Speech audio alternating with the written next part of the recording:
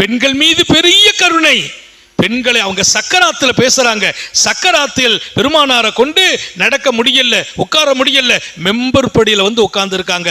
மேலே ஏறுவாங்க. அன்னைக்கு மேலே ஏறல, கீழே கடைசி படியில் இருக்கிறாங்க. உட்கார்ந்து சொன்னாங்க, இத்தகுல்லாஹ பின்னிசா, என் தோழர்களே. எப்போ?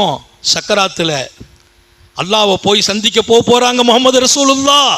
மெம்பர் படியில் உட்கார்ந்து சொன்னாங்க, இத்தகுல்லாஹ பின்னிசா, என் தோழர்களே. அப்பாவிகள் பெண்கள், பலகீனமானவர்கள் பெண்கள், பெண்கள் விஷயத்தில் அல்லாஹுவை பயந்து கொள்ளுங்கள்.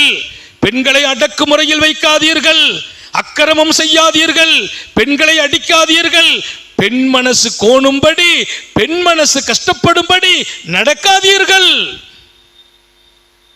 பெண்ணினத்திற்கு அன்னலார் சொந்தம்.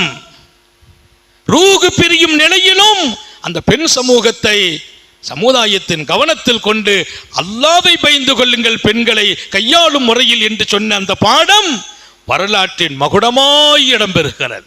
அல்ஹம்துலில்லாஹ். சொல்லி சொல்லி சொல்லி சொல்லி நாவு இனிக்கிறது, உள்ளமெல்லாம் இன்பம் அடைகிறது. இந்த மகிழ்ச்சி ராத்திரி படுக்கும் போது கூட எனக்கு பல நேரங்களில் இந்த செய்திகள் கனவிலும் வருகிறது. ஏன்? காரூணிய சீலரை பேச பேச நாமே மணக்கிறோம். முடிவில்லை.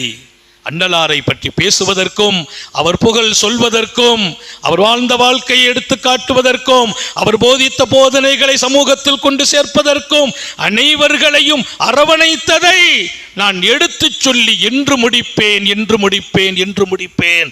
முடிக்க முடியாத முத்தம நபியின் வாழ்க்கையை 12 நாள் அல்லாஹ் கொடுத்தான். முடிக்கிறோம். முடிக்க மனமில்லாமல் முடிக்கிறோம். முடிக்க முடியாத நிலையில் முடிக்கிறோம். இன்னும் சொல்லி முடியவில்லை என்று சொல்லி முடிக்கிறோம். அல்லாஹ் அடுத்த ஆண்டும் தொடரச் செய்வானாக, பரக்கத்தாக்கி வைப்பானாக.